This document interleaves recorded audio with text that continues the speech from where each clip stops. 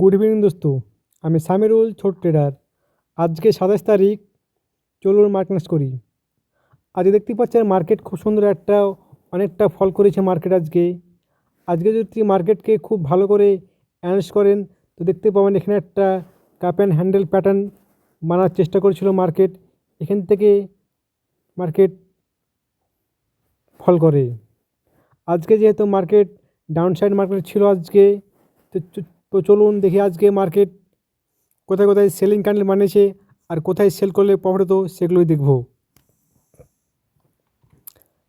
আপনি যদি সর্বপ্রথম ফলো করেন তাহলে আজকে এই জোনে একটা রেজিস্ট্যান্স ছিল, সেই রেজিস্ট্যান্সটা ব্রেক করে তারপরে মার্কেট থেকে সেল আসে।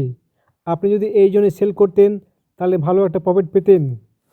তারপরে মার্কেট একটু পজ নিয়ে এই জোনে একটা ডজি ক্যান্ডেল বানায় মার্কেট, তারপরে এই জোন থেকেও মার্কেট সেল আসে।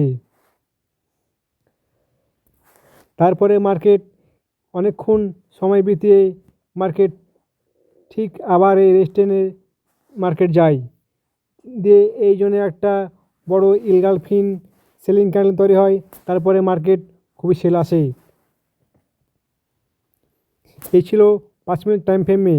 চলুন দেখি বড় টাইম ফ্রেম করে।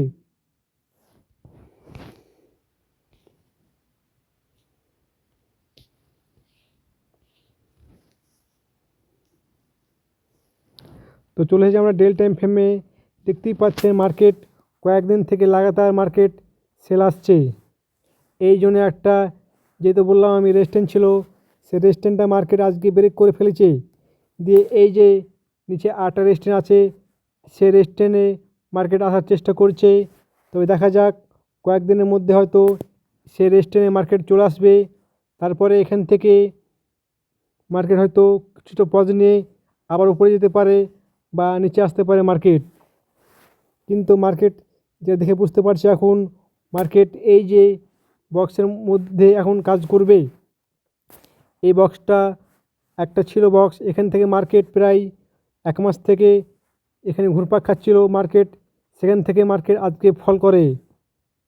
হতে পারে এই যে মাসটা এখানে মার্কেট চলাফেরা করবে। তবে ট্রেডিং করার আগে, ইনভেস্ট করার আগে আপনারা নিজে অ্যানালাইজ করবেন, ট্রেড করবেন। ধন্যবাদ।